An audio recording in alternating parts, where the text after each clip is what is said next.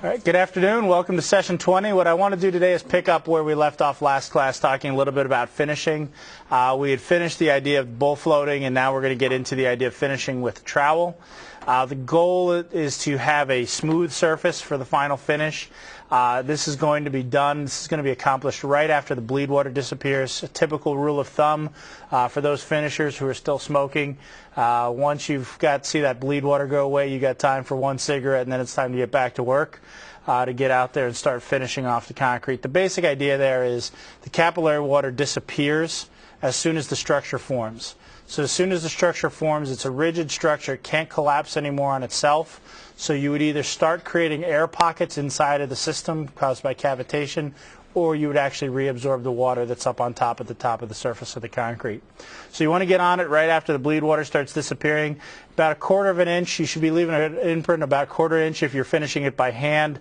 A little bit less if you're finishing it with with some sort of a walk behind or a riding trowel, power trowel of some sort.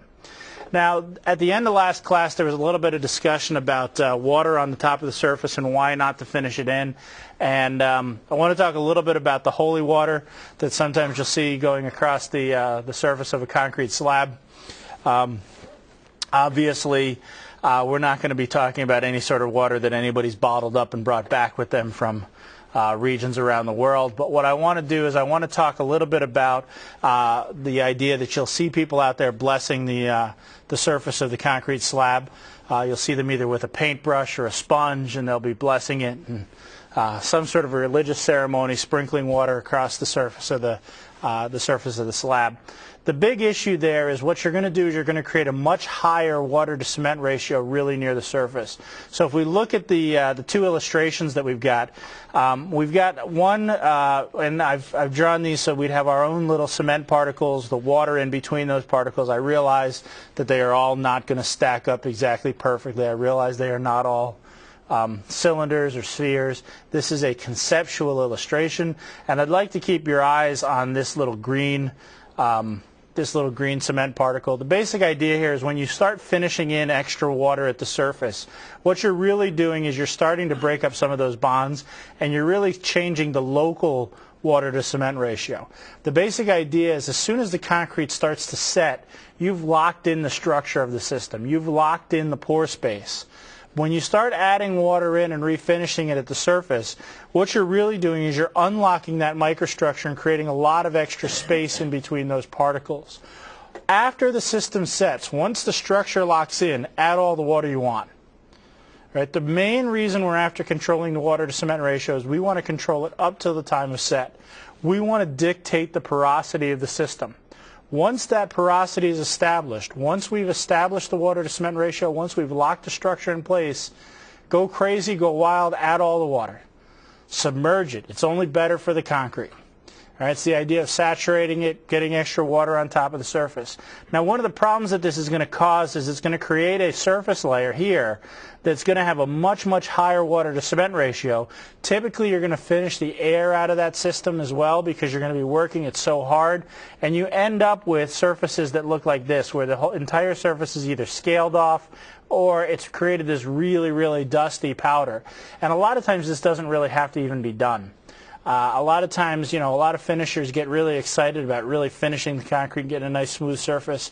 But a smooth surface can even be worse than a roughened surface. I'm not going to say what the weather is like outside today because apparently that times these lectures and they can't be used anywhere else. But imagine a day where it's snowing and icy and nasty outside. Just imagine that if you can. The slicker the pavement, the worse it's going to be. It's going to be hard to stand on that pavement. So a lot of times we want to have a little bit of surface texture. So always putting that hard steel troweled finish that you could see yourself in, like every Walmart wants to have on the floor, that may not always be the best thing. And there's times where it's good to have a little bit of surface texture. Brooming and tining, again, this is a more sort of a even greater step in this. Create a little bit of surface texture. Tining, it will be on pavements. You'll see them scrape essentially like a rake across the surface. Here you can see them doing it on a pavement. The basic idea here is to improve traction. The idea here is these act like little ways to get water away from the center of the pavement. Also adds as little ways that you can grip onto the tires. One of the things that's becoming very, very exciting lately is people want to find ways to reduce the noise associated with the pavements. And one of the things that people are pushing more and more and more is to get rid of this tining because it creates a loud pavement. One thing that you will find is the braking distance on a pavement is almost always directly related to the noise that's generated. So if you have a loud pavement, it tends to be a fairly safe pavement. Everything that we do to make the system quieter and quieter and quieter up to a certain point generally makes it a little bit tougher to stop your car on it. So we could make pavements that are as smooth as glass, that could be quiet, or we could make pavements that are safe. And there's really a lot of effort going on now to try to really optimize both the macro and micro texture so that you get good skid resistance while having good noise numbers. How much does this hurt the durability of the concrete from the fact of the car possibly? Oh, the car bouncing up and down on it. There are a few studies about like impact of the car and impact of truck travel and fatigue on the pavement, and that it could cause microcracking. But in general, this is only going to sort of help the durability because it's getting water away from the system, and it's helping to prevent hydroplaning, things like that. So it's getting the water out away from the system. So these usually aren't big effects on the durability. The only time it might be is if you get on it a little bit too late and you start ripping the surface with the tining rake as you go across and creating a lot of microfractures, then you can have some problems. The main thing that they've looked at here is trying to create good spacing on the tines. One of the things you'll notice is if you have, this thing is kind of like I don't know, it's kind of like a rake or a big comb. If you've got all these teeth and they're uniformly spaced, it's a real big problem. So one of the things they try to do is they try to vary the spacing so that it can make the noise pattern a little bit more pleasurable to the ear. You don't want something that's in one particular frequency because that really stands out as an unpleasant frequency. The other thing that I'll mention is this is referred to as transverse tining. The other type of tining that you can feel or you can see people doing is longitudinal tining, where they actually pull the rake in this direction. It's not quite as good for water runoff and things like that, obviously, because you're just going to be pushing the water along. It's also not quite as good for skid resistance, but it's much better for noise. One place that's really interesting in town, if you really want to get a good feel for this, on a day where it's raining, you can drive over on I believe it's 26 as you get close to 65, between 52 and 65 as you get out towards the interstate. And it's got a very large tining pattern. It's probably, I think, 3/4 or an inch between each tine. And what you'll actually feel right when you're out in front of like Mountain Jack's or the Ramada Inn there, you'll feel it'll pull your car back and forth across the road as you start to try to brake, so your car will sort of sway back and forth across the road. In a car, it's a little bit unnerving. On a motorcycle or with a trailer, it's really, really unnerving. So one of the things they try to do is they try to control that longitudinal tine for motorcycle and trailer type traffic. Contraction joints will typically be hand finished into a slab or saw cut into a slab. Now there's a couple different things where we start to talk about contraction joints. You'll also see them placed with a pre-molded form. The big thing that we're trying to do with expansion and contraction joints is really try to minimize random cracking. Here you can see cracking occurring.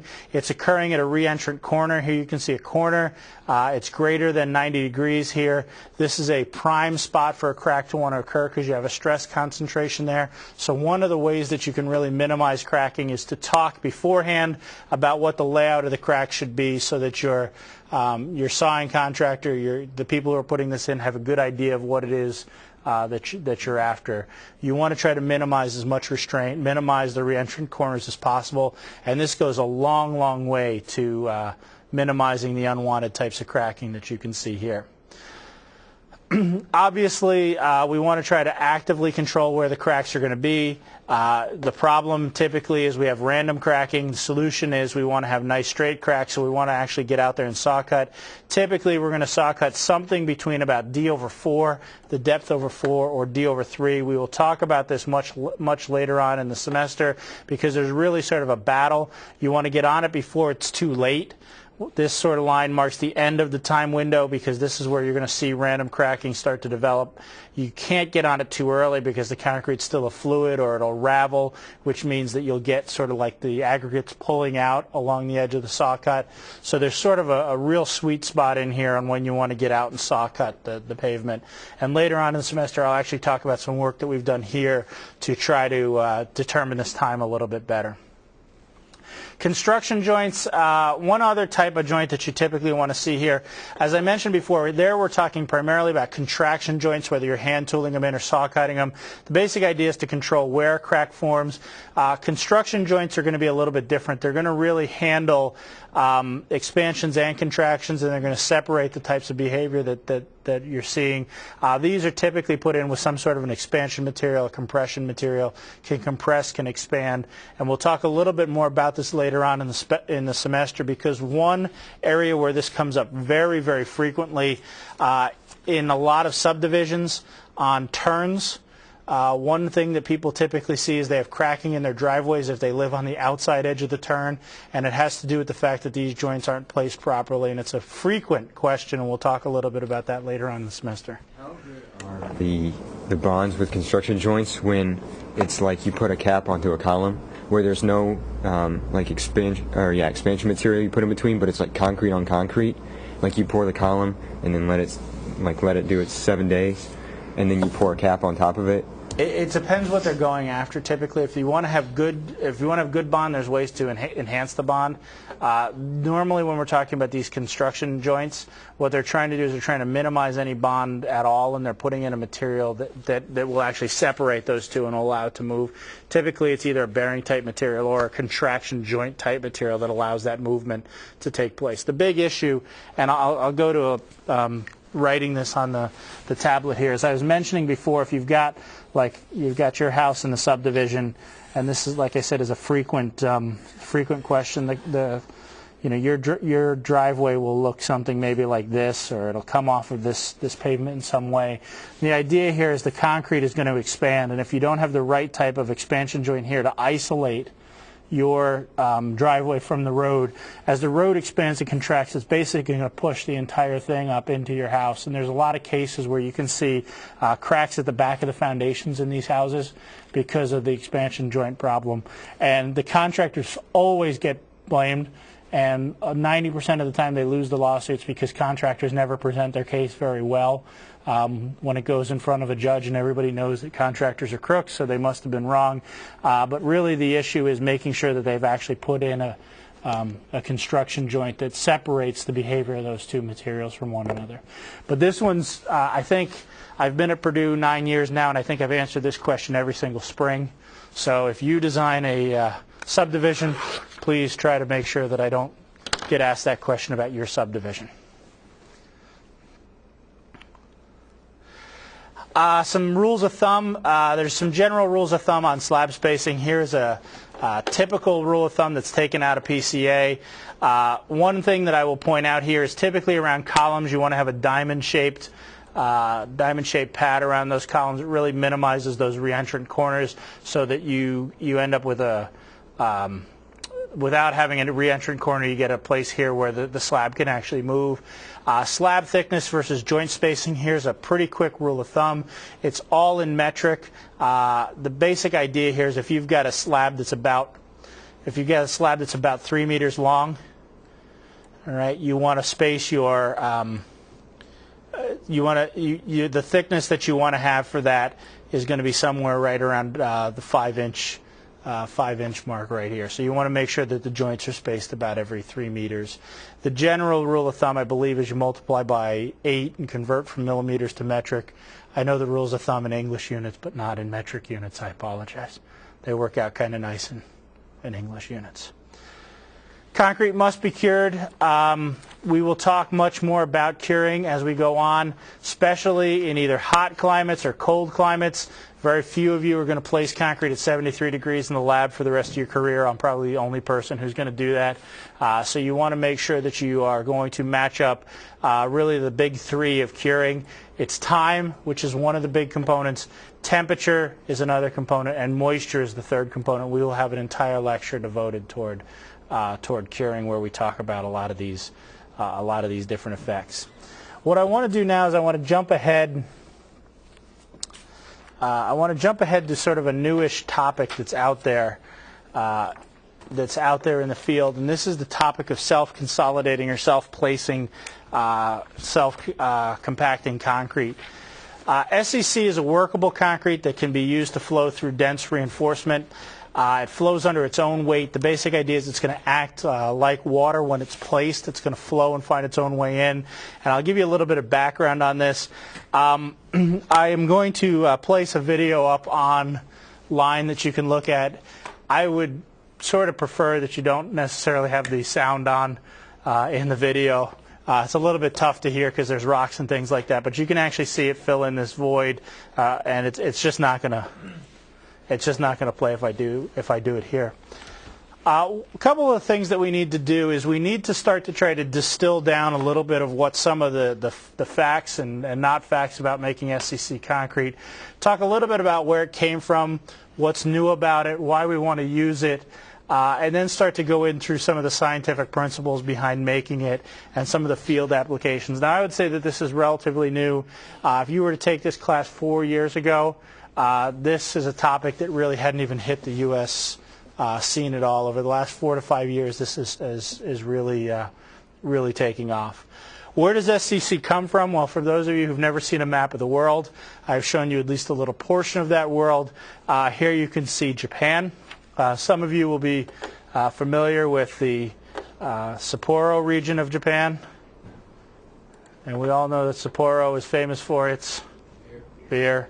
All right, so Sapporo is up here, Tokyo is down here, and this is work that was done in Japan and Tokyo in the late 1980s. Now, one of the things that I always find interesting about this story, when I was in Japan, I spent a very touristy 20 minutes watching people go across the crosswalk, because it was probably the most mesmerizing thing I'd ever seen in my life in Tokyo, because the number of people that are packed into that crosswalk as soon as it starts is just amazing. The number of people going back and forth through the crosswalks, the number of people that they're jamming onto the subways. They actually have people to push you onto the subway, to pack you in there to make sure the subway is filled, which was a little bit of a foreign concept to me, which is somewhat related to SCC, believe it or not, because one of the reasons that SCC was really being looked at was the fact that there were going to be labor shortages. And I find it a little bit hard to believe that when you've got this many people that you could have a labor shortage. But the big thing here is you're having a change in what people want to do in their careers. I think if you were to take a survey in the 1940s, 1950s, people would have been excited to have a career in concrete placement. I think if you take the same survey today, people would much rather be pop stars or sell soda or build dancing geckos. All right. Anybody see the dancing gecko who does the Thriller dance? It's one of my favorite commercials. All right. But they want to do something like that, and they're not really excited about placing concrete. It's projected that over the next 10 years, you're going to see huge issues in the U.S. with labor as well. They're projecting about a 25% shortage in the concrete construction industry about 10 years out from now. SCC in the U.S. So SCC started off in Japan. There's been quite a rapid uptake in Europe. In the U.S., it wasn't as rapid to take off, but it really started to take off in about 2000. And in the U.S., the main market where this is taking place is in the precast, pre-stressed concrete industry. So you're seeing a lot of utility vaults, water, electric, telecom, underground utility vaults, jail cells that can be pre-manufactured and taken out, stadium seats, SCC, road barriers, insulating walls. A lot of those types of things are being made out of self-consolidating concrete. Here you can see an example of the types of materials. It's kind of an interesting reason as to why the pre-stressed and precast industry is taking off so quickly. And the main issue has to do with who is supplying the materials and who is supplying the labor on a lot of these different construction sites. And we'll talk a little bit more about that in a second.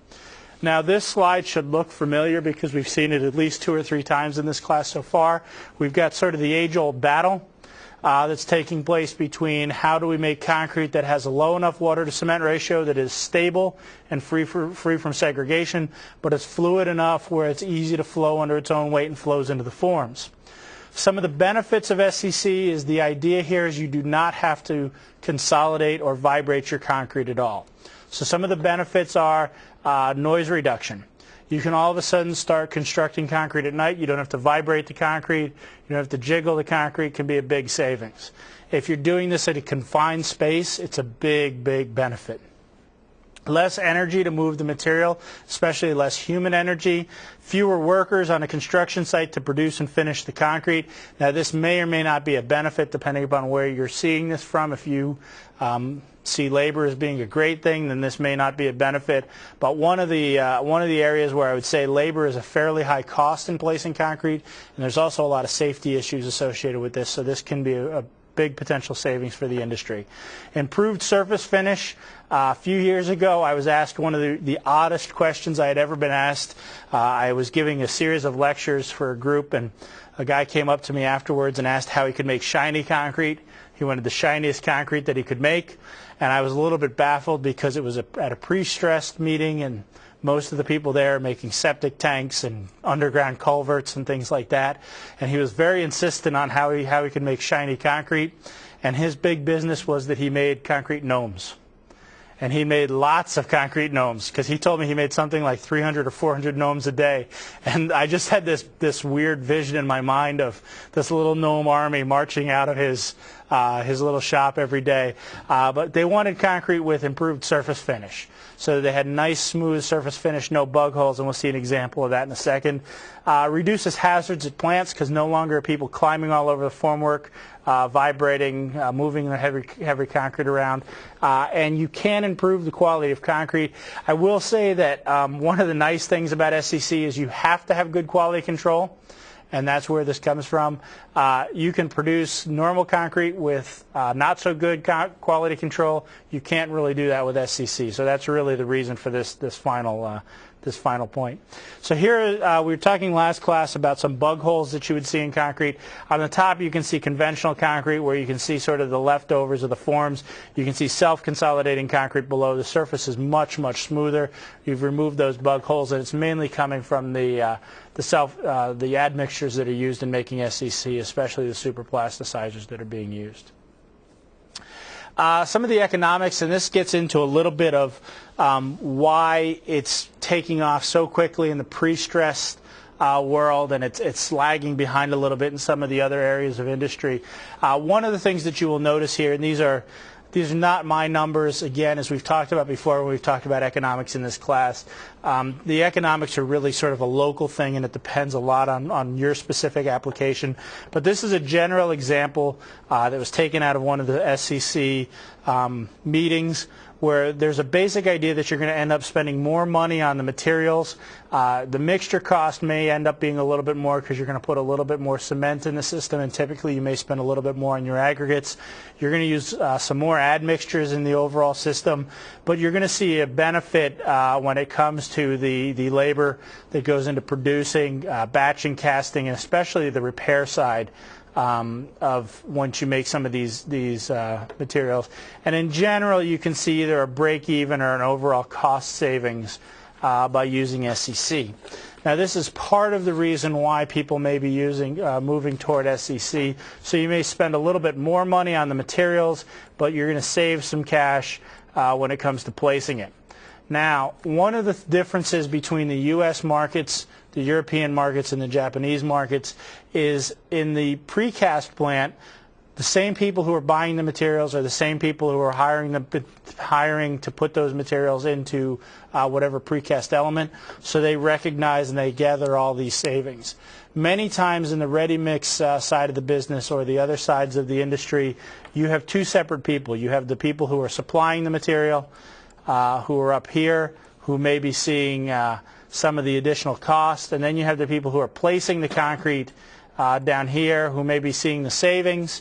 And there's really a question of, are both groups going to be able to benefit from that? And I think that's one of the reasons why you're seeing it being a little bit slower to take off in the ready-mix world. One of the other reasons I think that you're seeing it slower to take off in the ready mix world is the issue of quality control. When you're dealing with a precast plant, they are running the same material over and over and over. They can optimize that material. It becomes fairly straightforward. When you're dealing with the ready mix side, there's a lot more mixtures that go out in a particular day. You may be sending it's a lot like your local pizza delivery place. If you could only get a cheese pizza from Domino's, they'd be pretty optimized on how to do the cheese pizza, but everybody's going to call in and they want pepperoni or they want mushrooms for who knows what reason. But they're going to want their own special materials. Same thing in the ready-mix side. You may go to one job that wants 3,000 psi concrete, followed up by a job that's doing 12,000 psi concrete, followed up by somebody who's doing a curb and gutter. So there's going to be different requirements there. This is not to say that you can't do SCC and ready mix. It's just been a little bit slower to take off on that side of the equation. You thought the idea of the pizza sounded pretty good? Me too. If they only have 2 bins for aggregates and it takes different aggregates for the SCC than it does for standard, then they couldn't do it anyway, could they? Yeah, well, when I say different aggregates, usually what we're talking about here is they're spending more time on the gradation of the aggregates. So you can get away with using just 2 aggregates, but you have to spend a little bit more time to make sure they're the right 2 aggregates, where a lot of times you can hide that in a normal, maybe hide's not the right word, but you can get away with less optimization of your aggregates in a conventional concrete mixture. Doesn't mean that you should be doing that, but they can get away with it. But there are going to be times where they're going to add in that 3rd aggregate to really get proper grading. Okay. Other questions? Okay. So again, the new concept here, we're trying to solve a way to beat this age-old battle, and we're trying to come up with a way that we can have our cake and eat it too. And before somebody asks, this is not a picture of me when I was younger. I've had that question several times now. This is not me. This is just a happy kid eating some birthday cake. All right, he's probably the happiest kid I've ever seen eating birthday cake. He is a Bears fan. I think this was taken a few years ago when you had the authority to smile as a Bears fan. I think that's been taken away from him over the last few years. But the basic idea here is the SCC is going to give us a fluid concrete, but it's also going to give us a concrete that's free from segregation we can get good long-term material properties from. Now, there are a few things that I would say that should be cautions or cautionary tales that you should look at when you're using SCC. It's not just as simple as Professor SCC is saying here, where you just draw SCC on the side of the truck. There is an increased need for quality control, and this is not necessarily, this is sort of the same discussion we just had with the aggregates. This is not saying that you should be making normal concrete without good quality control. It's just SCC is like every other high-performance mixture that we're going to be talking about. The margin for error gets smaller and smaller as you start going to higher and higher performance mixtures. And this is one of the issues with SCC. It is not nearly as, the target isn't as big as it is for conventional concrete. You can make, concrete at home, and you can make a 2,000 psi mix, and it's virtually impossible to screw it up. SCC doesn't necessarily give you that same latitude. Changes in mixture proportions, one of the big things here you have to watch out. Changes in mixture proportions can dramatically change the paste content with SCC.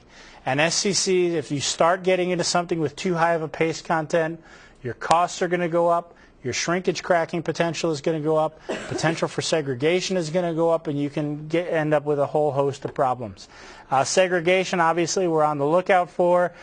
Air void system instability is another thing that we're typically looking for with SCC, because a lot of the admixtures can tend to destabilize the air system after put in, and it's not carefully monitored. So segregation, we've talked about the fact that the aggregates would sink to the bottom, and this is something that we don't necessarily want. So let's talk a little bit about some of the basic concepts. Some of these we'll be able to go through fairly quickly because we've talked about some of these before. We talked about the idea of relating stress to shear strain, and we talked about the idea that we need a strain rate. And I think a couple of you may be fans of some of these guys, or at least recognize who these guys are. You've seen these guys, and they're famous for making motorcycles, somebody said, but they're really famous for fighting. All All right, they're motorcycle builders, Orange County choppers. It's not Orange County, California, and regrettably I have to say that I grew up in the county next door on the other side of the border in Pennsylvania, so a lot of the things that they're talking about there, I've either driven down that road or I've seen it, and I understand a lot of the jargon that is used in the background, and I probably regrettably understand too much about what happens in that show because I grew up with a father who's a builder, and I understand the father-son dynamic in a family business, and it's pretty accurate as the way they're putting it there. But you know that they're pretty famous for fighting. I would suggest that they've had at least two great fights on the show so far that are dealing with the property of viscosity, although it never really comes out as the property of viscosity. One of them was related to the fact that they left the oil outside in the winter, and we know that when you leave oil outside the winter, it's going to change the fluid properties of the oil, and they blew up a motor doing that. But I'm going to say that the next thing that they're going to have a problem with is young Mikey is going to take a motorcycle like this, place it on a hot asphalt pavement, and he will experience the viscous nature of the pavement, as you can see here with the kickstand, where over time the viscosity of the pavement will come through, and we will see the motorcycle drop off very quickly. So there are ways you can solve a problem like that. You can actually just spread the load out over a larger area and change the stress ratio, but I'm not going to go through that right now. We're going to talk more about the idea or the concept of viscosity. Now, viscosity is an internal property of the fluid that provides sort of a measure of its resistance to flow, and it was developed by a guy named Pursell, and Pursell was a physician, he was a doctor, and he started to do these studies because he was really excited about how blood flowed through veins. Now, one of the things that's kind of interesting is Pursell sort of got it wrong because blood is very different than almost everything else that flows through veins, and most of the studies that he was doing on water flowing through capillary tubes and trying to describe what was happening there.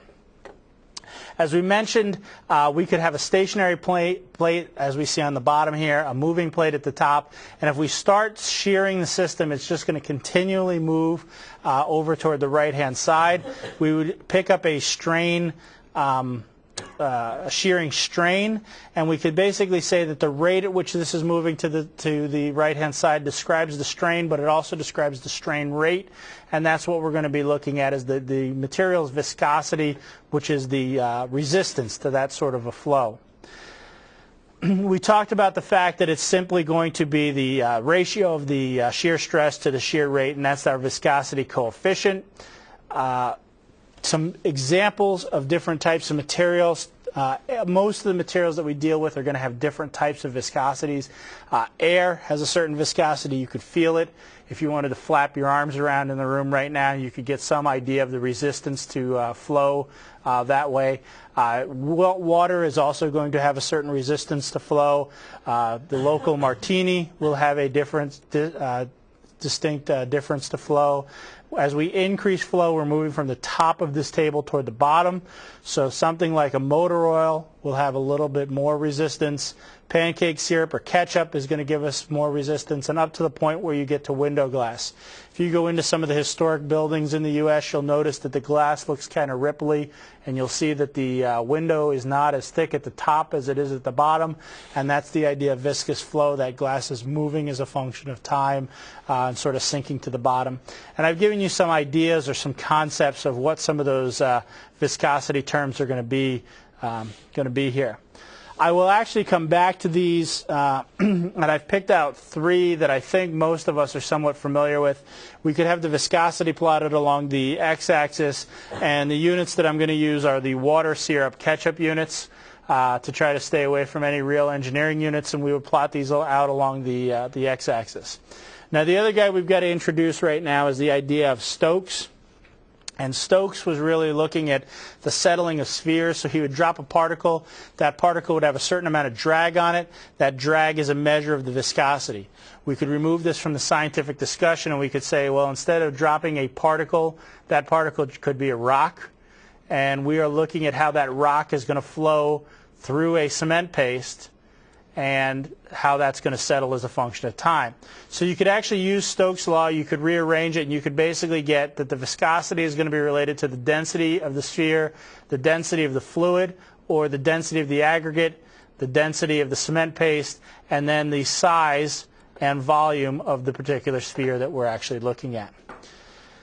We talked a little bit about the concept of yield stress. In fact, that most cement pastes need a little bit of something to get them going in the morning, just like your toothpaste needs a little something to get it going. So you got to squeeze the toothpaste to get it moving. Same type of thing. We've got to do some sort of an energy to get the system moving overall. Same exact thing that we saw when we talked about steel design. We pulled this point off and we said that was the yield stress of the steel. It was elastic in this region. In order to get it flowing, you had to exceed this point right here. Same type of thing with toothpaste. In order to get it flowing, get it into that plastic region, you've got to exceed that point. Now, we said that concrete was a Bingham material. All right, so that meant that we had a certain yield stress that had to be exceeded, and once that yield stress was exceeded, the flow was dictated by the viscosity of the overall system. We talked a little bit about how this was related to set. So one of the things that we could actually do is we could develop a y-axis here that talks about the yield stress of the material that we're dealing with. So if it has a very high yield stress, it means it takes an awful lot to get the system moving, and it would be what we would commonly refer to as a zero slump mixture. If it has a very low yield stress, it's going to behave a lot more like water, and it's going to flow quite a bit, and it's going to be a high slump material. So we now have our yield stress axes, our viscosity axes, and we can start to put these together to talk about our different types of concrete. So toward the top of this, we would see a concrete that is sort of a conventional type of concrete.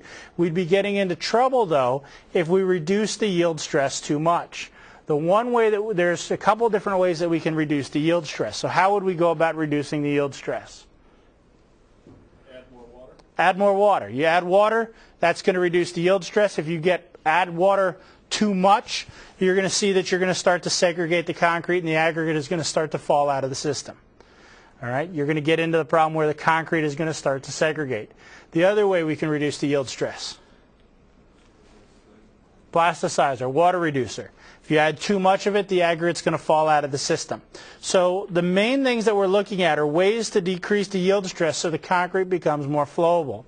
So our goal in making SCC is not only to reduce the yield stress, but at the same time, what we need to be doing is we need to be looking at ways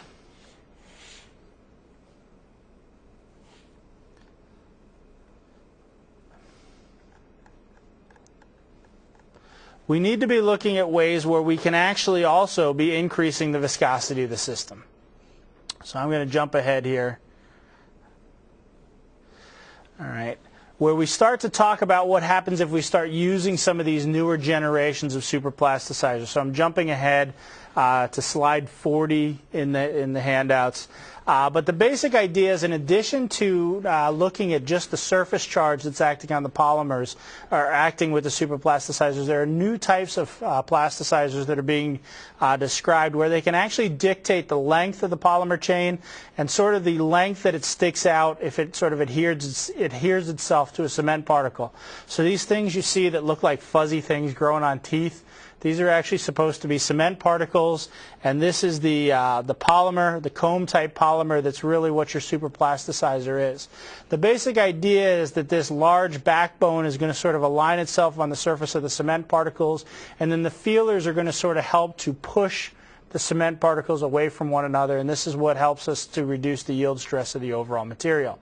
Now, if you reduce the yield stress too much, which is what we were just talking about, you've got a high yield stress, you start to drop it down, what's going to end up happening is this particle is no longer going to stay in suspension.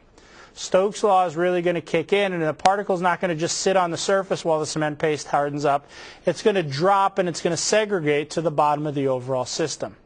So you can go through and do an actual calculation of the forces that are acting on that particle, and you can see that there are a couple different forces that are acting. There's a force that's sort of pushing the whole system down, which is due to gravity, which is simply going to be the gravitational constant times the density times the volume of the material. There is a buoyancy force that's helping to keep this up in the air from the paste, so it's going to be the gravity times the density of the paste times the volume. And there's going to be sort of a restoring force. So you can calculate out what force you need to have, which is going to be related to the yield stress and the area that it's acting over. So if you get to a point where you have reduced the yield stress too much, you're going to get this problem where you get all the paste on the top of the concrete, you're going to get all the aggregate sinking to the bottom of the concrete, and this is not necessarily what we want.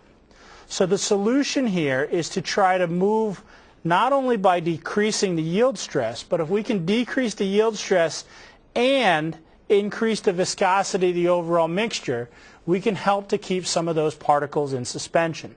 And there are really two ways that you can go about doing this. There's two main ways. You can either add fine powders to the cement paste, and this is what's commonly done in European type of SCCs, or you can add viscosity modifying admixtures into the system, and they're going to work mainly by dictating what they do to the water. They're going to help to control or bind up the water to make the system a little bit more viscous. So you're going to reduce the yield stress, but you're going to be increasing the viscosity of the system so the aggregate is more likely to stay in suspension. So it's still going to flow, but it's not going to flow necessarily just simply like water. It's going to flow more like honey or something like that, where it's flowing more slowly over time, keeping things in the suspension. Now, viscosity modifying admixtures are pretty common to all the types of materials that we come in contact with every day. They are thickening agents. They are put into many food products that we use. Ketchup has viscosity modifying admixtures in it. The Wendy's Frosty, which is probably the greatest of all the fast food milkshakes that are out there. All right, that was a little promo. I should be getting paid by Wendy's to say things like that. But this has a thickening agent in it. This has a cellulose product in it that allows you to take the Frosty, stick it on the roof of your car for 3 or 4 or 5 minutes in the middle of the summer, and you notice that it still looks like ice cream. Unlike real ice cream or unlike a real milkshake. It's the thickening agent inside of the system. Now, it's a thickening agent that you can eat, but it's still just a thickening agent. Right. The basic idea is it's going to grab and hold onto the water in the system. All right, so there are some cellulose ethers. There are also some different types of gums that are used. And this is the viscosity modifier that's going to be used. These are the types of viscosity modifiers that are going to be used to reduce segregation inside of concrete. Now, one of the big differences here is this is obviously an edible type viscosity modifier. And in concrete, most of the time, it doesn't have to necessarily be an edible VMA, which can make it a little bit more economic. So some of the admixtures that we're talking about with SCCs, we're really here talking about some of the high-level superplasticizers that are really being tailor-made for these polycarboxylate type of plasticizers. We're talking about a viscosity modifier. Typically, our cellulose ethers are our gums that are coming into the system, and those are the main admixtures. This one is driving down the yield stress. This one is increasing the viscosity of the overall system. So here you can see some of the role of some of the VMAs. These are two separate types of concrete, so it's sort of the worlds coming together. All right, you've got one here where you've basically got a system that isn't behaving very well, and you can see sort of this fluidy type mass flowing ahead, and this is where the aggregates are starting to separate out of the mixture. And typically you'll hear people talking about this with a flat edge moving forward, where something that's actually properly designed with a good use of VMA, the aggregate particles will be in suspension, the aggregates will be being carried all the way to the perimeter, and then you'll see this what's referred to as a rolling edge on the particular mixture, so that it's so that it actually looks like everything is staying together and not falling apart in the overall system. Questions at this point looking at SCCs? Okay, taking a little bit of a jump ahead. Obviously, some of you are probably already, your hearts are in your throat because you don't know how you would possibly test this, because you know that your favorite concrete test is the slump test, because it tells you everything about your concrete that you ever needed to know. And this material seems like it would have a serious problem with a slump test, and it obviously does. Slump is an inappropriate type of test to be doing, but there are other types of tests that can be used for SCCs. We had talked a little bit about viscometers and rheometers. Here is a picture of one of these smaller viscometers that's used for looking at pastes. We talked a little bit about the parallel plate and the cup and cone. One of the things that we didn't talk a lot about are the rheometers that are used more for concrete. These tend to be much, much larger in scale. They are not, in my opinion, at the scale right now that they are easily taken out to a construction site. There are some that have been designed to be portable, but most of them look like this and are mainly relegated to being used in the lab. Basic idea here is we're going to be measuring the torque on this thing as it's spinning around as we start to fill up the bucket full of concrete. This is one of the other types that's out there where you're going to have something that's very similar to a parallel plate. Now there's quite a bit of effort going on right now to standardize tests for these. As I mentioned, this is a sort of a radical new change in the concrete industry, and standards and concrete practice is really trying to move to keep up with this quickly. ASTM is developing standardized tests for self-consolidating concrete, and they're rapidly trying to put these tests out there for use. ACI 237 is working, and I believe has just published some state-of-the-art documents on SCC, but there's a lot of new information that's coming out on these materials. So can you use SCC concrete in the field? You can use it in the field. There are people who are using it. Depends on where you're at, whether you've got those specifications and you've got local materials that are approved for use in the field. For example, there are places where you could pull off an ASTM standard on how to do specific tests, whether it's a funnel test or something like that. You can pull up the standard. There are still agencies that are slow to adopt those, and it's a little bit of a fight to get those in so that they can be specified in certain regions. Funnel test just like when you do a graph test? We'll actually talk about all of them, but same types of concepts, and we'll actually talk about some of these different tests. Other questions on SCC? Really one of the things that you need is you need to have somebody local who's actually started to utilize those materials, manufacture those materials, and then it starts to work its way into different specifications. And that process isn't necessarily fast because it's not like instantly you get one specification and everybody starts using it. What you're going to find out is it takes a long period of time for some of these different locales to get used to using SCC because it's a material that's just very different than everything else that they've ever used. So one of the tests that's commonly used is, so those of you who are big slump test fans, not to fear, you can use something like the slump test. Instead of measuring how much the concrete sinks down, though, you have to look at a new technology. And this new technology is you're going to measure the spreading out of the concrete as a function of time. So you're going to really measure the spreading diameter or spreading distance of the concrete because pretty much it's going to sink down to be about the aggregate thickness, maybe a little bit more than the aggregate thickness. And most of the times they're starting to quantify these materials in terms of the diameters that they spread to over a certain period of time. So the cone is going to be filled in one layer. Basically you're going to lift the cone and then you're going to measure the diameter. It's mainly related to the yield stress of the material. There's also people who will measure the time that it takes to get to a certain distance, and sometimes you'll hear them referring to different numbers that are related to this. The V-funnel tests, measuring the time it takes the SCC to flow under its own weight through a specific size. Here you can see the V-funnel test. These are commonly used in the field as acceptance type tests. Stability is another concept that's going to be talked about.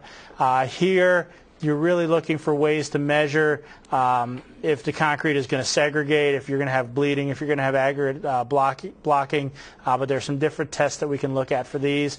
Stability, much like American Bandstand, you're going to get a number 0 to 3 or 4. 0 is obviously the best, where you have a concrete that looks pretty good when you slice it open. 3 or 4 means you're going to have massive segregation taking place in the system, and this is not a concrete that you'd want to be using.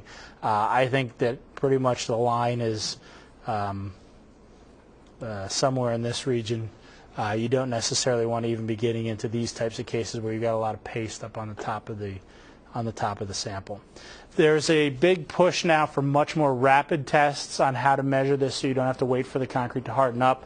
And there's a test that's being used now where they're actually constructing a small column, and the height on that column, Kevin, is 28 inches tall. They'll look at the top of the column, the bottom of the column, and do a sieve analysis to find out how much aggregates in the top and the bottom of that column to look at how much segregation is taking place. J-ring test is another test that's been out there. So if your slump cone has been bad, you can place it in a little jail. So here you can see a picture of your slump cone in the little jail. The basic idea here is to see how the concrete interacts with the bars, which are there to simulate the reinforcing bar. So it's basically there to simulate how the concrete's going to get through reinforcement and basically see if you're going to have a difference between how it spreads out when there's reinforcing present or when there's not reinforcing present. Passing ability, not necessarily related to Peyton in this particular case, not how well you read the defense, but how well it goes through particular reinforcing bars. So here you can see the L-box test, and I'm going to have to leave you with this in the last couple seconds. Oh no, don't go back to the slides. Oh yeah, because this is the best animation ever. Before, after. Before, after. Oh, that's good. We'll pick up here on Monday.